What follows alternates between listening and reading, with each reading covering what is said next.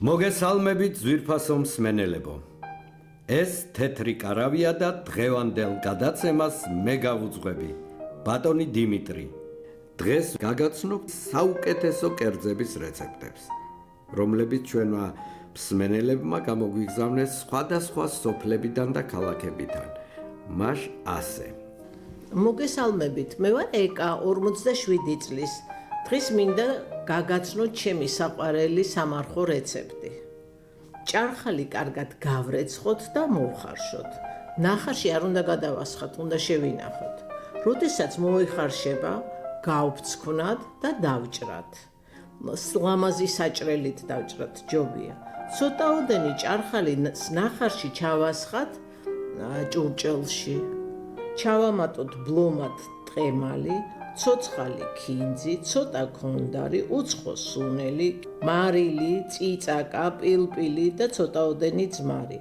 ასევე ჩავაჭყლიტოთ რამოდენიმე კბილი ნიორი და დავამატოთ ალყა დაჭრილი ხახვი.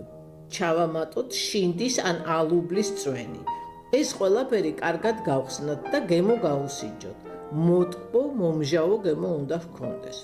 ბოლოს ჩავაწყოთ მოხარშული ჭარხალი და ამოურიოთ. გემრიელად მიირთვით. ვაგრძელებთ ხმოვანი წერილების მოსმენას. გამარჯობათ მეგობრებო, მე შემოგთავაზებთ ერთ რეცეპტს. მე ვარ მაია 60 წლის. პირველ რიგში გააკეთეთ სოუსი. ჯამში მოათავსეთ თაფლი, დიჟონის მდოგვი, ზეითუნის ზეთი, მარილი, პილპილი და აურიოთ ერთმანეთში, სანამ ერთგვაროვანი მასა არ გახდება. ბრუსელის კომპოსტო გარეცხეთ, შეგიძლიათ ცოტა მოწალოთ, დაჭერით წვრილად და მოათავსეთ ჯამში. დაუმატეთ წვრილად დაჭრილი ქინძი და ბროწეული.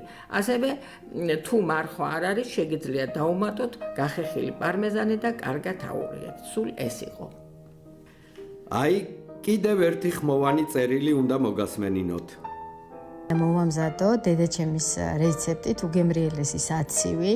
პირველ რიგში უნდა მოვხარშოთ ქათამი, მოხარშვის დროს ვუმატებ ხახვს და სანამ ქათამი იხარშება, ახლა კარაქში მოვთუშავ ხახვს.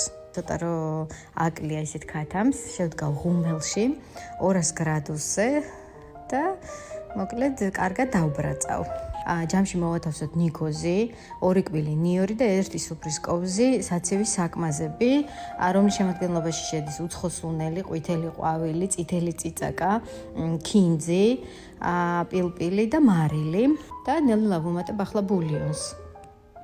ახლა დავუმატებ ჩვენს მოთუშულ ხახვს. ამასაც კარგად გადავურევ. ესე იგი ბულიონს ვუმატებ ნელ-ნელა. სისქეს აკონტროლებთ სურვილისამებრ და მოვათავსებ ესე იგი სასრულ ჭურჭელში ქათმის ნაჭრებს და ზემოდან მოვასხავ ჩვენს მომზადებულ ნიგვზიან მასას. და ესეთი ჩვენი გემრიელი სადილი მზად არის. გემშვიდობებით შემდეგ გემრიელობამდე. კიდევ ერთი ხმოვანი წერილი უნდა მოგასმენინოთ. გამარჯობათ, მე ვარ მაია 55 წლის. მოგესალმებით თეთრი კარავის მსმენელებს. მინდა შემოგთავაზოთ შპროტის სალათის გემრიელი და ბიუჯეტური რეცეპტი. ავიღოთ 5 ცალი საშუალო ზომის კარტოფილი და მოვხარშოთ. მოხარშული კარტოფილი დავჭრათ კუბიკებად და მოვათავსოთ ჯამში. შემდეგ გავხსნათ შპროტის კონსერვი და მოვათავსოთ ამ მოხარშული კარტოფილის თავზე.